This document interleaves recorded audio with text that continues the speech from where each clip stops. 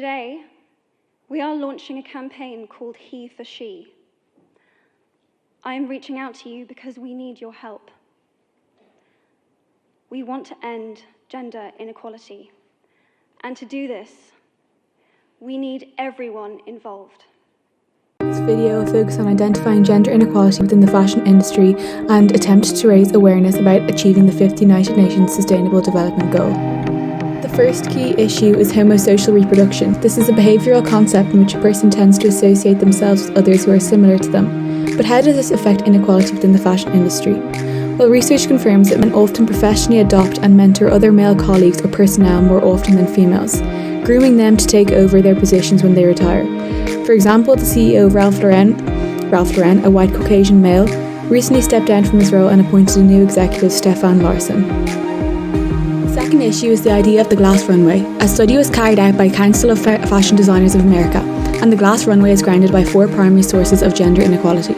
Firstly, lacking awareness and commitment. The high number of women working in fashion masks the problem for many. Secondly, ambiguous success criteria. Most male executives report that criteria for advancement is clear, but only 65% of their female counterparts agree. Thirdly, disparity in sponsorship and mentorship. Across all tenures, only 22% of women report getting advice to advance their careers versus 33% of men. And finally, constraints of work-life balance. In interviews, women consistently pointed to a lack of formal programs. The third key issue is the capital resource group. Fashion houses are constantly looking for wealthy investors with the capital resources needed to launch and sustain their corporations. In the US, these capital resources are primarily at the disposal of the majority group, men.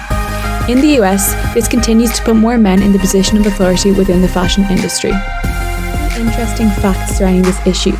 For example, in 2018, it was revealed that big-name brands and media outlets, from Burberry to Vogue's parent company, Condé Nast, had significant gaps in pay between certain male and female employees. Another fact is that in September 2014, Emma Watson led the UN campaign known as He for She in an attempt to end gender inequality. Since the UN launched its initiative, it has received 1.1 million commitments to its pledge from men and women across the world.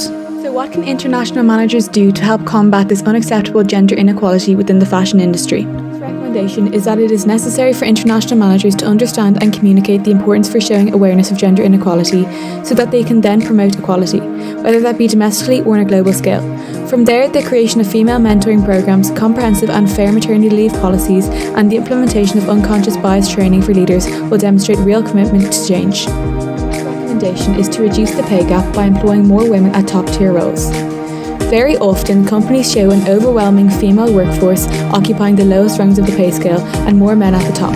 For example, Misguided said that this factor largely drives our gender pay gap, so more women need to be employed in managerial rather than subordinate roles within the industry. Our recommendation is to establish partnerships with NGOs that are experienced in women's workers' rights issues.